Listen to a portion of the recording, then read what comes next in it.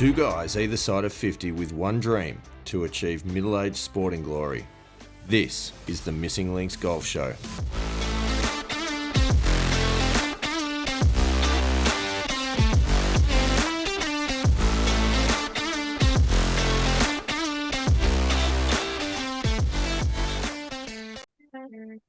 And we are back. Welcome to episode 4 of the Missing Links Golf Show.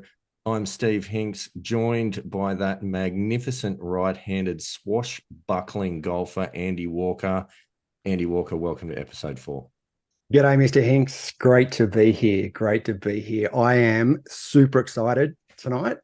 This is going to be a first in the history of our Missing Links Golf Show. Ooh, pray tell, what is it that is so exciting? We have our first guest appearance on the show. Well, that is exciting. And I sincerely hope that your excitement is matched by our technological know-how that we're able to pull this off because there's no pressure on that. It is a first, absolutely. And with live records, who knows what's going to happen.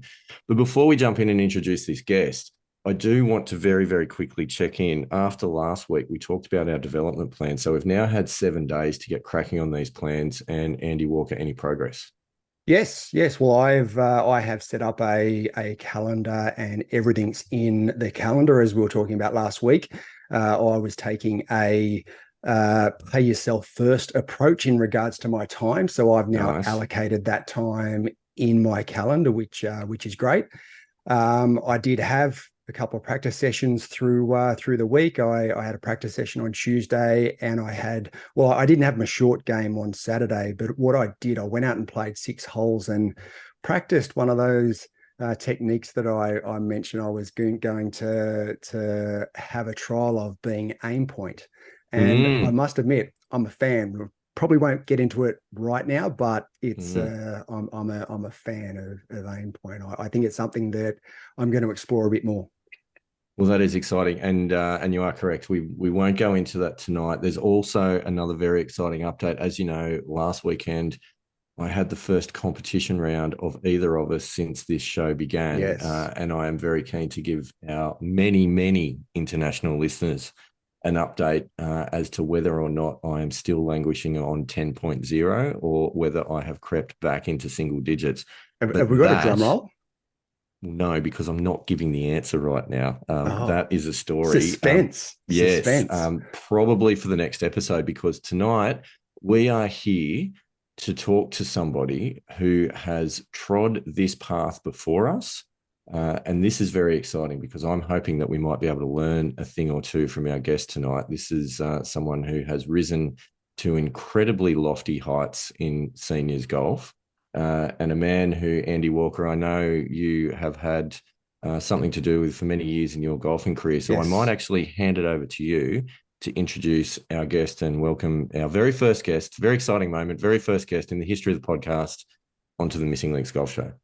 Yeah, well, this gentleman, he's and I use gentleman very loosely here. And I first met this gentleman in towards the end of 1986, maybe early 1987. So we're talking about 37 years or thereabouts that I've known him.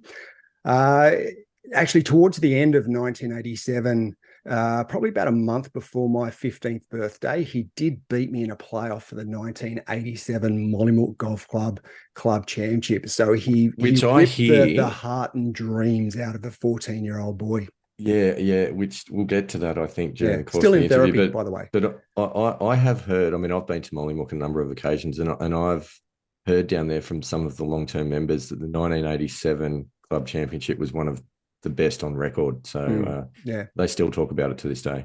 Yeah, it's part of the folklore, part of the history that's intertwined in Mollymook Golf Club. Yeah, for sure. Yeah. Stories about the crying 14-year-old in the car park.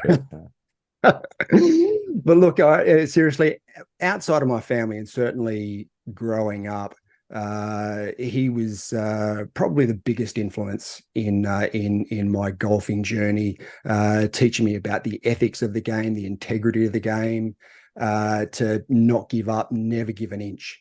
Certainly also the benefits of going away and not just playing at your home course, going away and competing at different courses.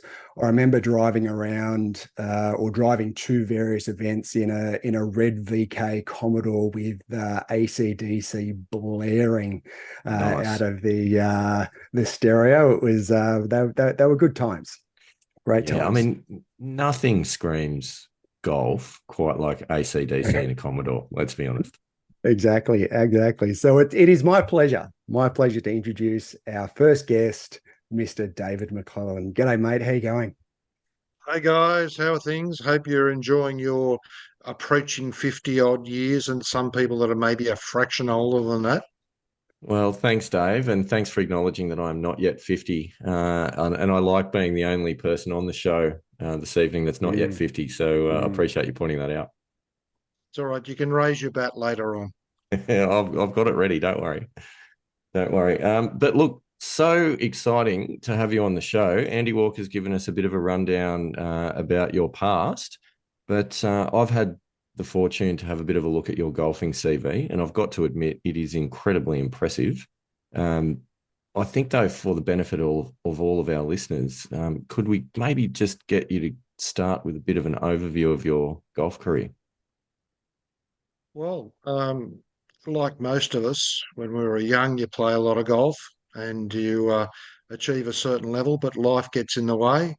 I won the Australian Universities, or as the Americans call it, Collegiate Championship in '82, runner Mm, up in '81, and was selected to play in Japan. But unfortunately, work gets in the way. I started at 17 working. We weren't a rich family, so you had to do that. But probably the highlight was 2019 when I played for Australia at Kuala Lumpur in the Asia Pacific Senior Championships. It's hard to say you get to 58 before you play for Australia, but it really is. It's when you pull on the green and gold, geez, it makes a wonderful thing. And there's lots of bits and pieces in between, but you can't go past playing for your country. yeah, that really is amazing. And I think that that actually strikes at the heart of what this show is all about because Mm. both Andy Walker and myself, like I think so many people, we've talked about this before, you have hopes and dreams as a young bloke or a young lady, as the case may be. Um, it comes a point in your life where you realize that maybe those dreams are not going to come true. And everyone either has that as a realization of a moment. In Andy Walker's case, it was the infamous shank. And we Yeah. are trying to raise that in as many episodes as we possibly can.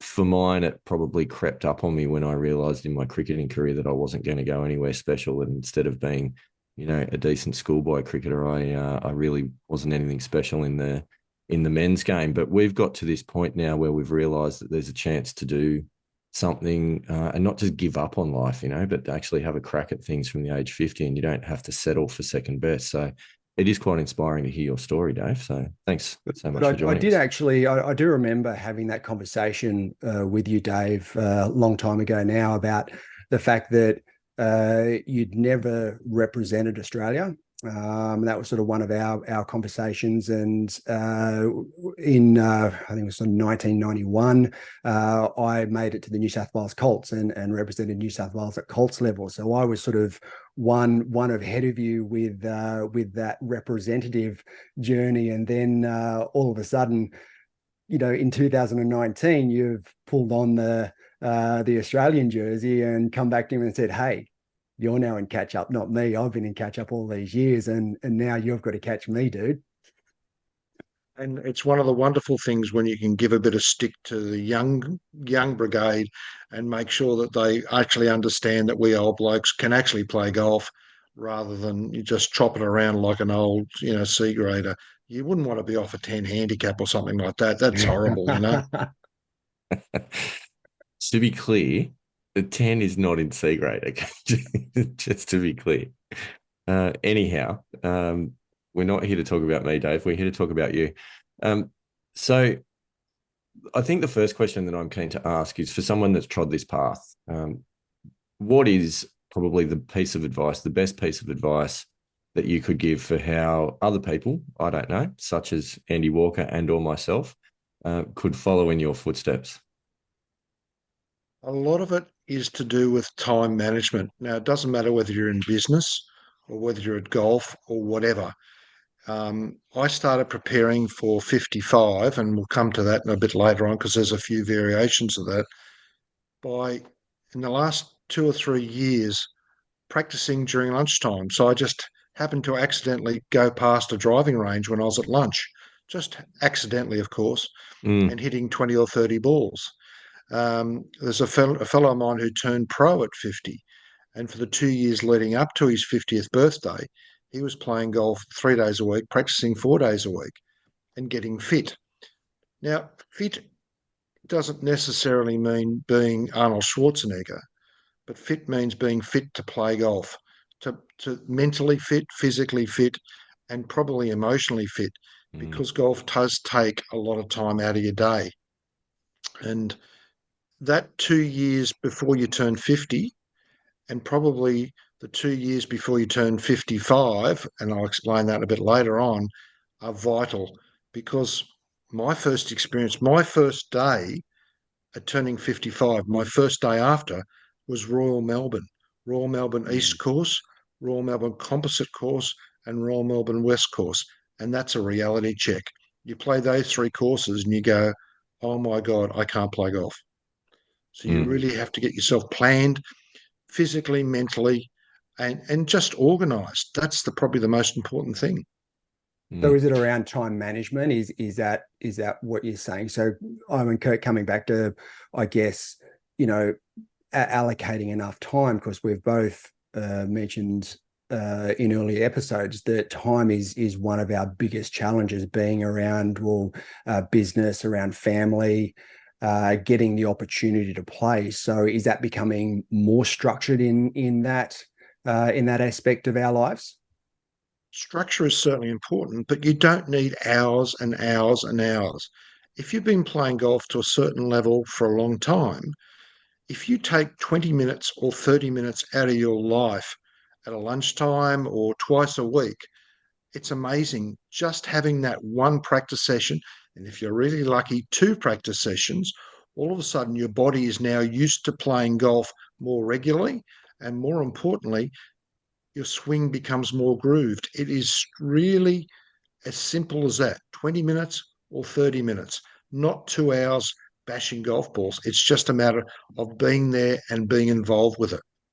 And what are you focusing on then in that time? Do you have a particular focus, or are you varying your practice? Are you going to the range sort of between client meetings, or at lunchtime one day and then short game the next, or how are you going about that practice? It's a combination of both. If you can get to the practice range twice a week, once is simply tempo.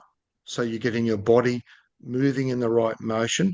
The second episode, if you can get there, is about improvement in whatever that may be. Maybe wedge game, maybe driver game, but wedge game is where your money is. And then a chipping and putting session doesn't need to be during work hours. I try and get at least one chipping session in a week, and with that chipping session, I have a putting session. And the putting session is no more than about 20 minutes. It's the old Jack Nicklaus view. You take your putt from 1 foot to three balls from 1 foot, three balls from 3 foot, three balls from 6 foot. Then you move to the other side of the hole, three balls from 1 foot, three balls from 3 foot, three. You can do that in 20 minutes. So it's not about just bashing balls. It's about making your time very efficient at what you do. Mm. So this is good because I kind of half the time don't know where to start, and I don't think I'm alone when it comes to that. Like there's one thing to say I've got 20 minutes that I can set aside to doing a certain amount of practice, but practices, in my view, and drawing on things from other sports and other disciplines, practice is good if you're practicing the right things. Practicing the wrong things, as they say, there's a saying that practice makes perfect. I think the better version of that I've heard is practice makes permanent. So if you're practicing the wrong things, then you're actually grooving problems into your game. So for people, and obviously Andy Walker's played golf at a higher level than I have, and probably knows some of the things to focus on. But for someone like me, playing off a 10 at the moment, what would be some of the things that you would be recommending to work on? Obviously, don't know the ins and outs because you may not have listened to episode 2 where we drive into my strokes gain breakdown. But if you have, great. But what are some of the things that you would think with limited time that you might focus on certain areas just to help people out that might not have a plan that they've got as a go-to? Short game, short game, short game, short game. It's as simple as that. I moved to So four driver, did you wedges. say driver? No, I said short game, short So game, short game, I'm hearing short driver, game, short game. driver. Well, if you drive that short, what can you say? But more importantly, I moved to four wedges about 4 years ago, and just those four wedges, working on those for 20 minutes makes a huge difference because that's where you're going to putt. The other, where you're going to make your profit on the golf course. The other thing is if you make every putt from 6 foot in in your game of golf, you're going to beat most of your people. I reckon you go from a 10 handicap to a 4 handicap by just making every 6 footer that's in front of you. And you can't believe how important that is. You can work on your driver, and everybody says you drive for show. Yes, that's important. But if you get up and down every single time around the green that you miss it, man, you're going to save a lot of shots. Mm.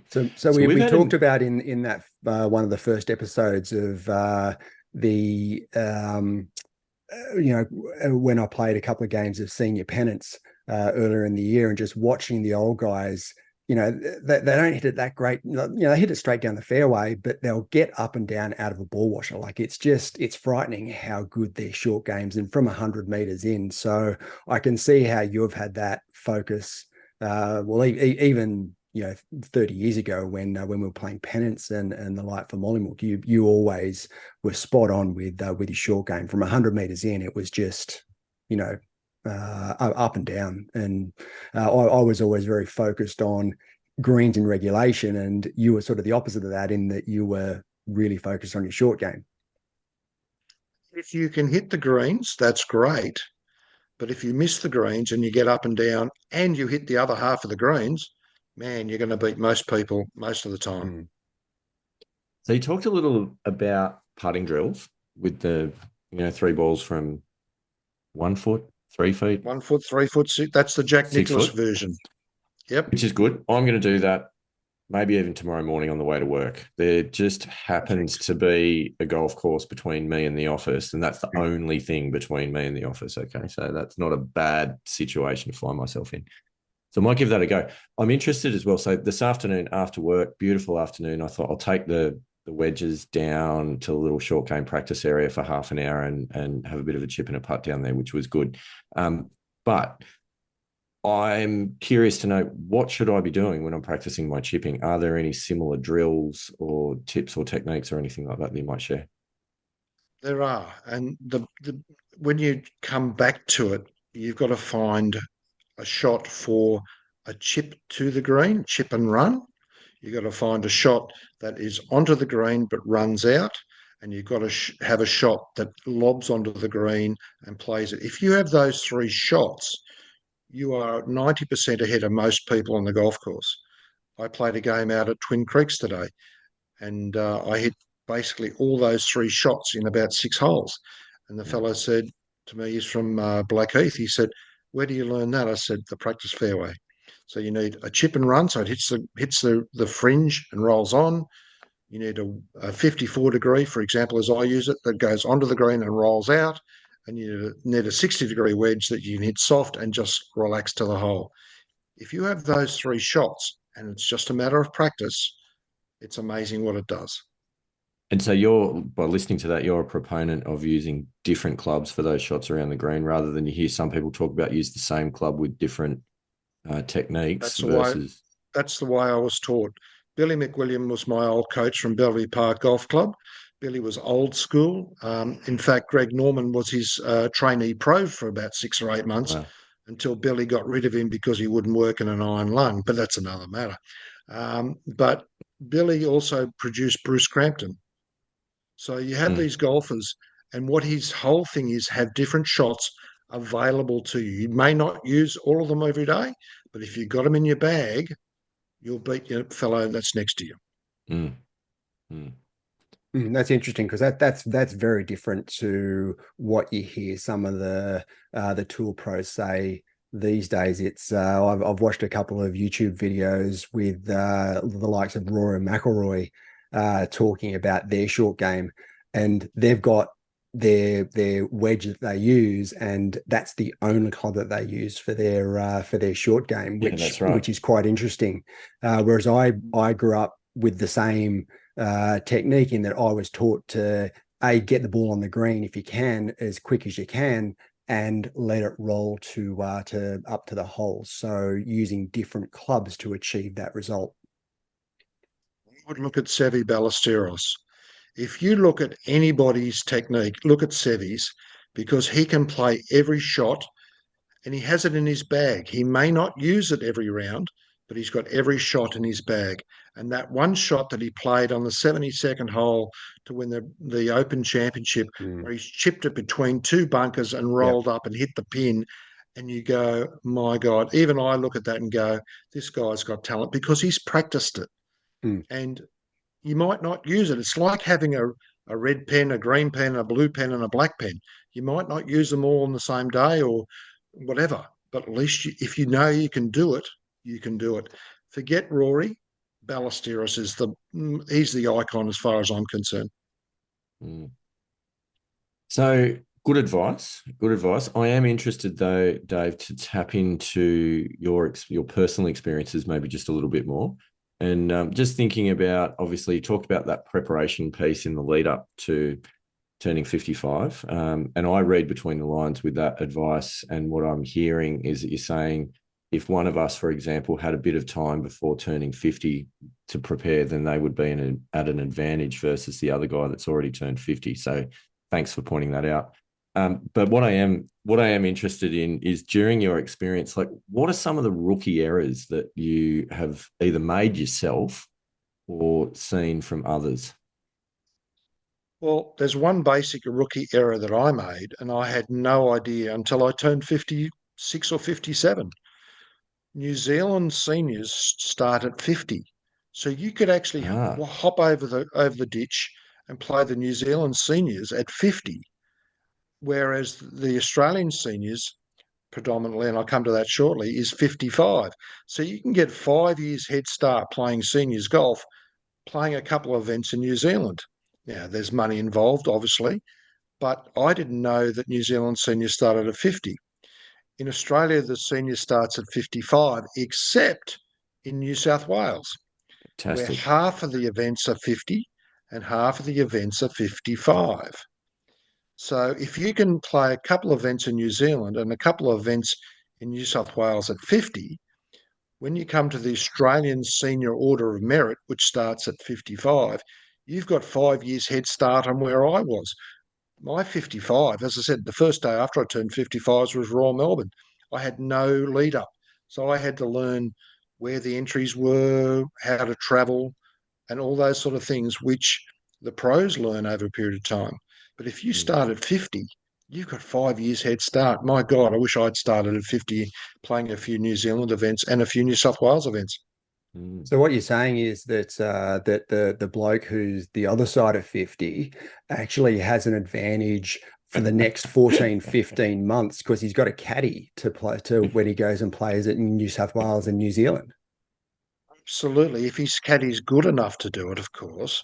But Wow. more importantly, if you can imagine learning the techniques to start at 55, you've got 5 years head start on everybody. You don't need to play 100 events. Just play, 10 events for want of a better term.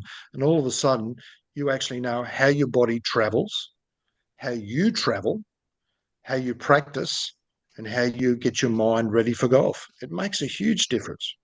So what then are some of those target events that's between that 50 and 55 age bracket? What are those target events that you would suggest that we start looking at and planning for?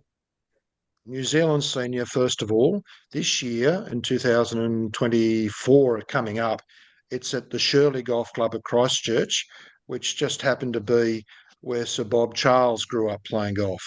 And there's a Nice. great shrine to Sir Bob Charles over there. It's in Christchurch. You'll enjoy it. If you can play that golf course, you can play anything. In New South Wales, a lot of these senior events, I played down at Twin Creeks today. It's over 50. The bigger events like the Lakes Medal, the Australian, Avondale, that sort of thing, that's over 55. But if you play half, some of the events that are over 50, Mona Vale Senior, my local golf club, the Wyong Senior, next year will be 50. A lot of the events like that, you'll get a good start. Like as I said, I played Twin Creeks today. I thought my little 72 was not a bad little round, par figures. You're thinking, how good's that? 3 under the last 5 for 72. I got beaten by 4 other people, including 2 blokes that shot 69. Wow. One of which was 52. Mm. 52 years of age. So you don't have to work hard at it. You just have to know how to travel. Is it an hour and a half? How quickly do you get there ahead of your game of golf? I find for me, arriving at a course an hour and 20 minutes ahead of a game of golf is good for my body. Some people might be 20 minutes. You get to learn about yourself, your mental attitude, and your golf. Mm. Well, what about the New South Wales Senior Amateur? That's 50, isn't it? Am I correct in that understanding? It is 50. New South Wales Senior Amateur is 50, but what they do is they have a little divisor, so you can play at 50. So as I said, it's at Tamworth and Longyard, I think, next year. But your points for New South Wales start at 50 years of age, but they also divide it so to hand it off to the Australian Senior Order of Merit at 55. So you might finish, let's choose a number, 15th in the New South Wales Senior, New South Wales Senior. But if you're 55, you might have finished 5th. So there's a divisor in that area. Right. I mean, when you get to 55, the big events are the Sydney Classic. You play the Lakes, the Australian, and Avondale. Nice. How good's that? Mm. You play the New South Wales Senior, but you also play down in Victoria at the National Golf Club, 54 holes around the Moona Links, the Old Course, and the Gunnamatta Course. That is probably the best run golf event in Australia. So what you're trying to do is get yourself ready for the really big national events. Just remember, if you play in the national events, you come back to the state events and they seem easy. If you play in the state events and then try to complete in the national events, you find it hard because there's some damn good golfers out there. Mm. What sort of handicapper is the cutoff? Because it sounds to me, if they're those big, well-run events, you would need to be in the better sort of half or more of the amateurs. The national, probably if you're off 5 to 6, you'll get in, no trouble. I have seen it go out to about 7 or 8, but let's say 5 or 6. Now, most of the golfers that have played can get to that level. The New South Wales Senior, you could probably get to about 9 or 10, but the Lakes, the Australian, and Avondale, yeah, you want to be on about 5 to play in all 3 events. So if you think about it, 5, there's a lot of good golfers that have played up to 5. You got to get to 5 and be safe in everything at the moment. You know what I mean? Work to do. Mm. There's A lot of work to do. Mm. Well, 10 markers can get to 5 with just chipping and putting, mate. Trust me. When you look on the national seniors event order of merit, and the first 20 blokes are on plus handicaps, you go, oh my god, plus 4.2.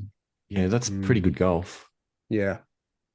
For an old bloke with a bad back and all that sort of stuff, Oh, excuses, David. Excuses. Now, Beware the injured golfer. That's what they say. Yeah. Swing easy. Tell me a little bit about the off-course scene on the senior tour, Dave. I'm assuming that there's probably a few blokes that get around that don't mind a bit of a yarn after the round, which might include a beverage or two. Bit of red wine, maybe. You never know, and probably can afford it too at that point. At that point in life. Red wine. Have I ever had any red wine? Let me think about this. Mm. Look, one of the things that you don't understand, and sorry, we understand it, but the administrators don't understand. Part of this is not only competition, but it's mental health. You want to have a competition. So the ACT seniors is coming up. It's 50. So you got a chance to play in it. And on the first night, the Tuesday night, you go and have a meal with everybody and have a couple of drinks, and you've had one game of golf. You commiserate with each other what you've had, and you have a meal. You chat about things. If somebody else is a bit crook or somebody's wife's a bit crook, you give them a hand. And really, that's what it's about. It's not about belting each other around the head like it used to be with the old Varden averages. And Andrew, you've played a lot of Varden events where you just belt your head against a brick wall. You play hard, but you don't kill yourself. Most important thing is to mix that lifestyle, your golf, and the occasional glass of red wine. Trust me. So it sounds like there's a quite a close knit community in that senior amateur tour. It very much is. And part of our job, my job, the older blokes now getting on, is to bring the younger ones into that sense of being involved, not just there for golf, but being part of the community. And the classic one was years ago when I first started playing. I had this fellow yelling out, "Has anybody seen Dave McClelland?" And I looked around, and there's a bloke who joined the same golf club in the same month as I did when we were 13-year-olds. And I Fair hadn't dinkum. seen him since he was about 25. You cannot take that away. And today I found out that he's being tested for Parkinson's. So Mm. part of my job is to try and help him, if that's what happens, is to make him feel a bit better. And we all support each other. It's part of not only golf, but really what life's about, supporting each other.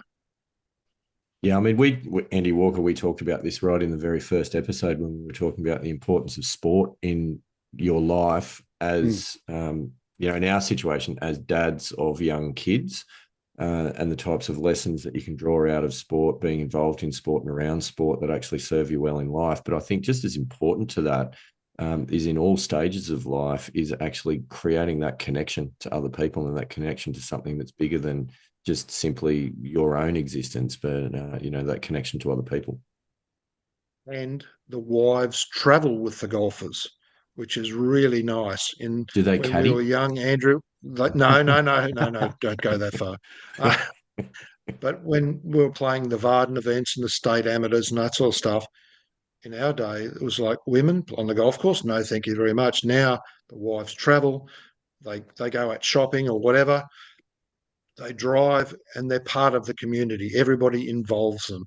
And, to sit down with a group of Victorian seniors a couple of months ago, we were sitting down having lunch and dinner with all the wives. It's amazing how much as a community that works. Mm. Yeah, Sounds and like it's, fun, it's Andy interesting Walker. because it's one of the things that I've talked to my son about. He's started playing a little bit of golf over the last 12 months, and golf is a very unique sport where you get to spend 4 hours with your playing partners and getting to know them, having a conversation with them, great networking opportunities. But then there's that community within whether it be your golf club or a social group, or in this case, a wider community, getting together and playing events like these senior tour events. Well, I look at it this way. My wife's into thoroughbred racing.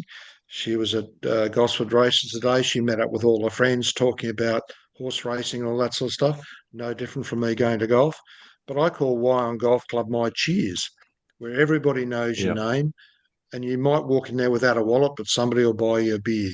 And the thing about it is, you're not there to kill everybody. It's not politics and all that sort of stuff. You're there to really just enjoy your life. You play hard, but you also just enjoy yourself. Mm. So we've talked about a lot of positive things, Dave. I want to go dark for a moment here. So bear with me.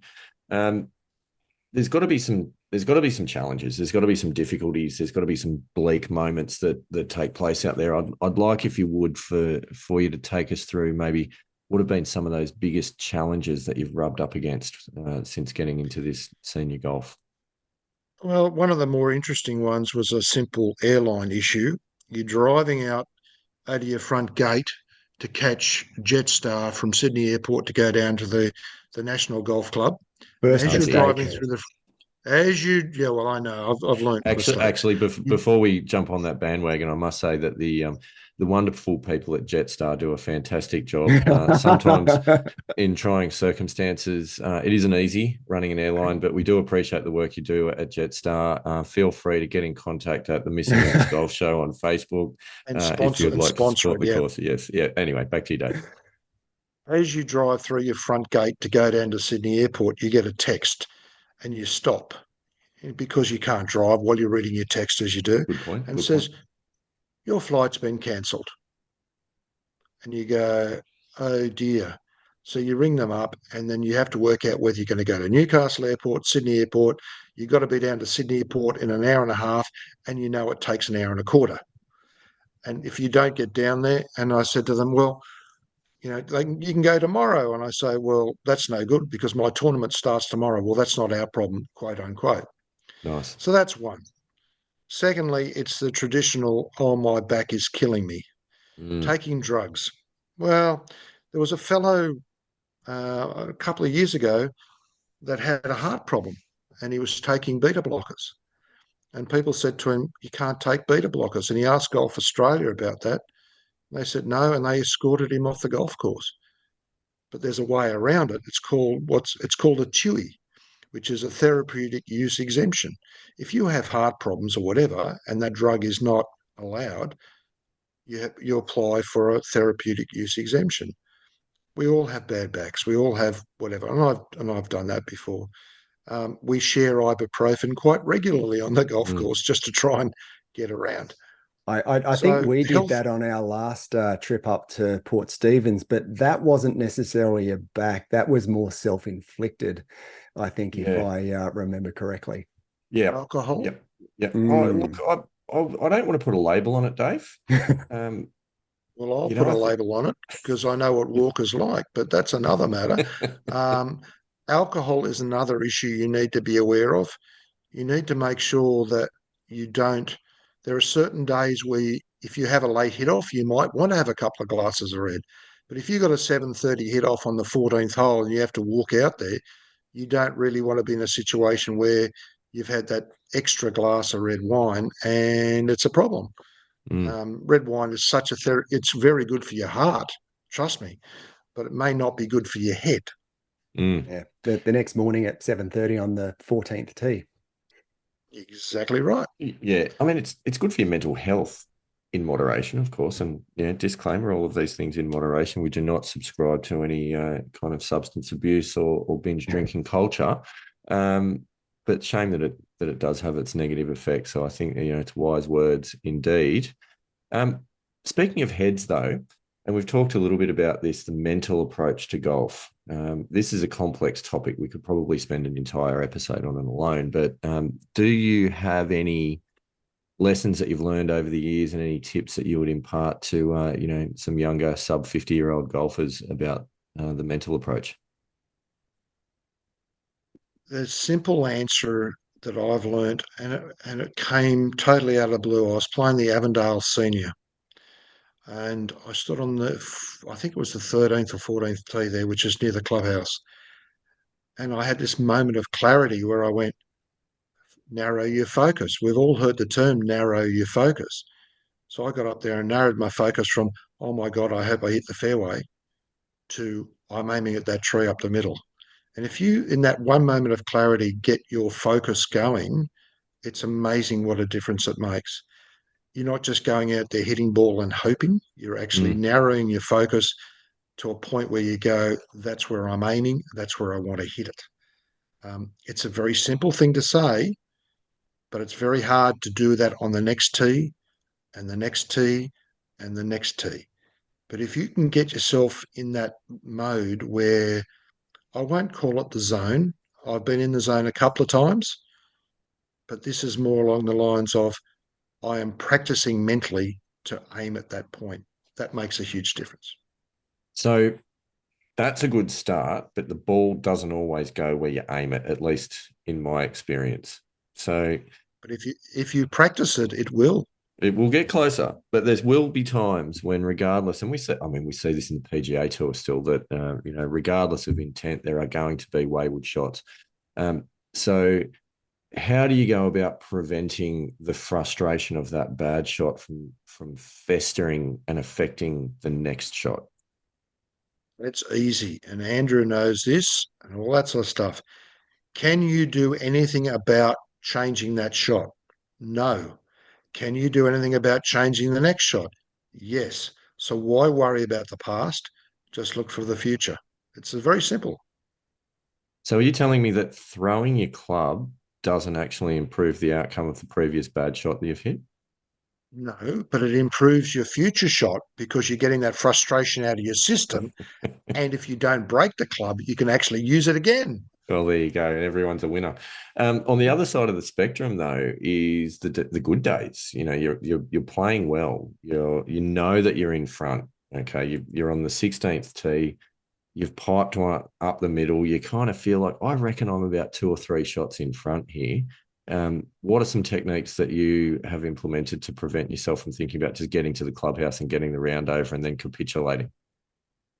I think I'm still learning that. I had Mm, the same situation down in Thaguna in the New South Wales Senior this last week. I just watched my horse win a race on the back of the 16th green, thinking how wonderful is that? That's a nice bit of money in the bank account. And I thought, right, I need 2 pars to make the cut. Snap hooked it mm, into a rough, up to my knees. And I went, you know what? I've done this too many times. So I'm still in the L plates in that area. I'm still learning. mm. Some of the time it's having a go-to shot. And I thought I had a go-to shot, but my go-to shot didn't work. So one of the things that I worked on leading up to 55 was a go-to shot with my driver.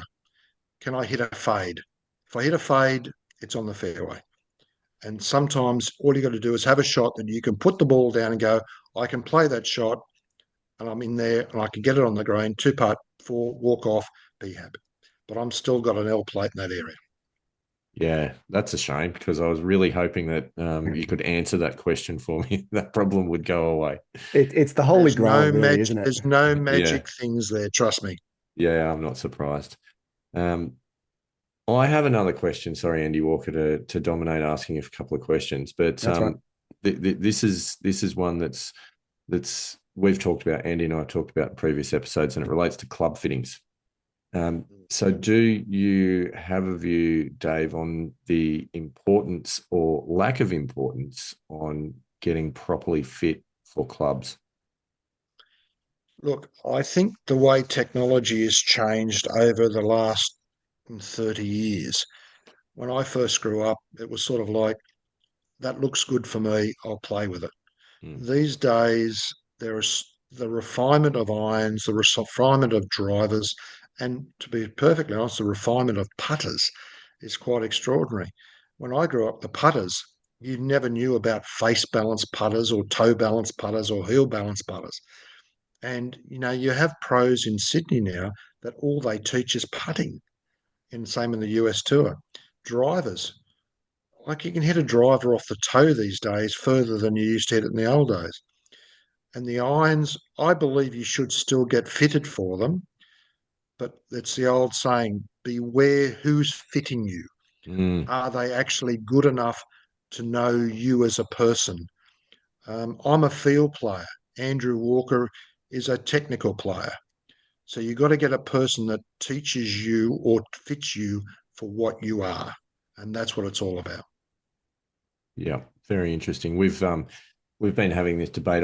My firm view is that Andy Walker needs to go and get a driver fitting. I don't know if you've seen him hit his driver recently, Oh, but yeah, it goes a long way.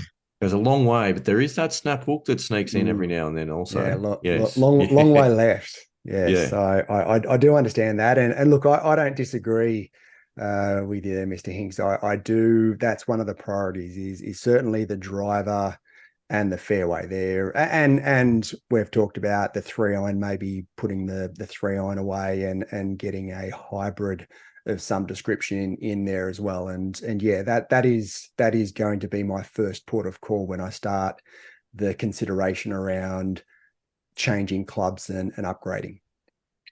I watched Peter O'Malley play at the New South Wales Senior Open at Thurgoona last weekend, and on two par threes where I hit 5 on 2, he hit hybrid. Mm. Now, Peter O'Malley, you can't complain about his knowledge of golf and everything like that, but he's hitting a hybrid. Now, that hybrid might be a 7 hybrid, a 9 hybrid, an 11 hybrid, but that ball went on the green both times. And I'm thinking, well, I hit 5 on into those holes, and he's hitting hybrid. So it So we tells did you that talk hybrids about are important. then we did talk about having the 4, 5, and 7 hybrid. So are you saying that I should be then getting the 9 and 11 hybrid as well? Is there such a Depends how thing? much practice you want to put in. I didn't realize there was a 9 and 11 hybrid, but this is a There's an all. new piece of information that we'll have to digest. The 11 hybrid, is that something like a 48-degree hybrid? No, it's about a 7 iron. Excellent. Wow. Excellent. I like it.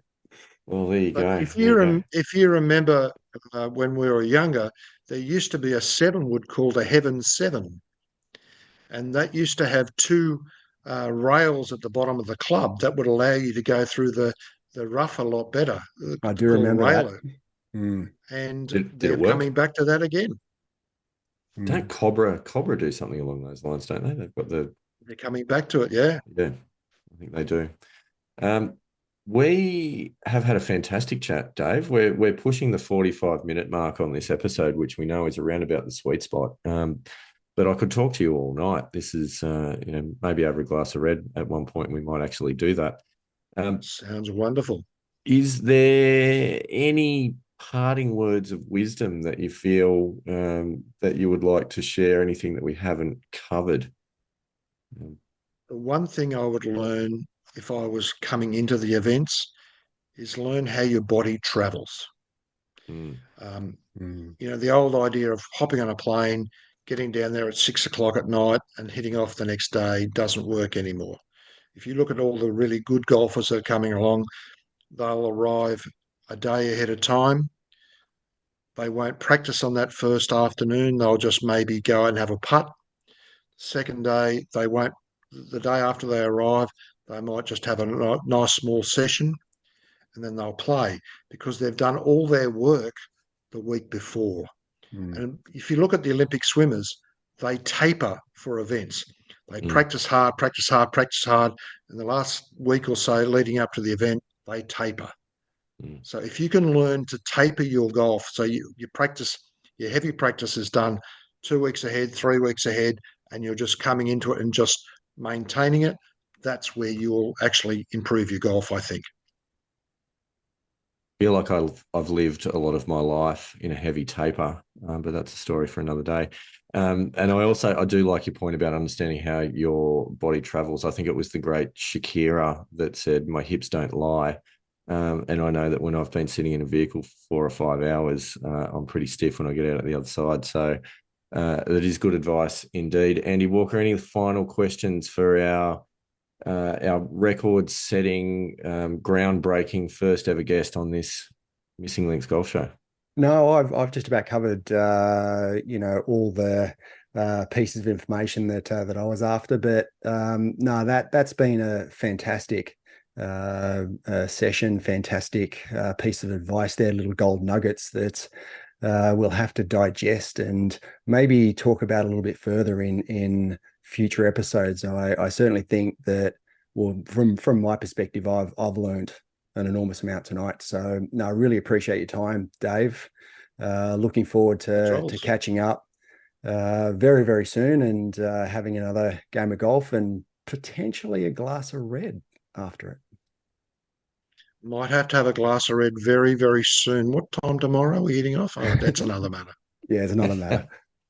No, that's absolutely fantastic. They do say that there's no substitute for experience. I think, broadly speaking, that's true. But tonight, I feel like the substitute has been using somebody else's experience, and we really do appreciate you sharing that with us this evening, Dave. I would like to say a huge thank you. Thanks for coming on. Thanks for being our first guest. I think, if at all possible, we'd love to have you back at some point, possibly after one of your next major tournaments, if you would be interested in coming back and letting us know how you go. Because if we can't quite get there yet. We'd at least like to live vicariously through your experiences. So it's good to be able to call you a friend of the show, and hopefully to have you on again soon. Steve and Andrew, thoroughly enjoyed it. And if I've helped somebody, that's what it's all about. Well, we Thanks, hope mate. you Much have. appreciated. You definitely helped us. Definitely helped us. Absolutely. Andy Walker, I think that's us for this episode. It's a cracker. I look forward to Great listening to episode. that. I'm going to listen to that on a number of occasions and suck every piece of knowledge out of that I possibly can. And we will be back next week to have a bit of a reality session on how our prep is going, and look at how some of our performances have been going over the last week or so as well.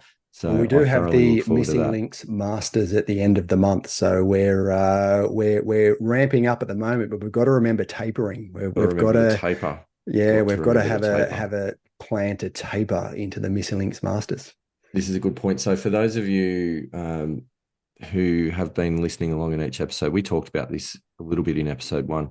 But ever since the Missing Links Social Golf Club was inaugurated in 2008, we've been playing once a year for a magnificent green jacket that was purchased at St. Vincent de Paul for $10, and now has approximately $750 worth of embroidery on it that's been added each year. Andy Walker won it last year. $765 Oh, it's because on, is it? It's on. Yes, it's on. It's ready for me to pick up tomorrow, which I'm going to do on the way to the golf course. That is exciting. We might get a photo of that on the Facebook page, if that's okay, Andy Walker. Absolutely. And we will be contesting the Missing Links Masters on the beautiful fairways of Mudgee Golf Club on the 24th and 25th, or is it the 25th, 26th? It's around about that time frame in 25th, November. 26th, I think it is. 25th, I think we arrive on the 24th. We play 25th, 26th. Yes. We look forward to arrive that. the day before that. You should arrive the day before and just ease your way into it. Remember, your body's got to get used to it. Yes. This is true. This is true. Work and 24th family arrival commitments then. are limiting. Yeah, 24th. Well, it is. It's 24th arrival. Very relaxed evening, possibly a bit of stretching, bit of yoga, a bit of meditation. I need to fill you in on the meditation as well next episode. That's coming along nicely. Nice. And we will be, not only will we be building up to that in the next episode, we will be covering that live from the range at Mudgee Golf Club. That is exciting. Get on board. Ladies and gentlemen, that is enough for tonight. It's been great, and we will talk to you soon. But for now, strap yourselves in, because here comes the electronic rock king, our royalty-free theme song. So Andy Walker, see you next week. See you next week.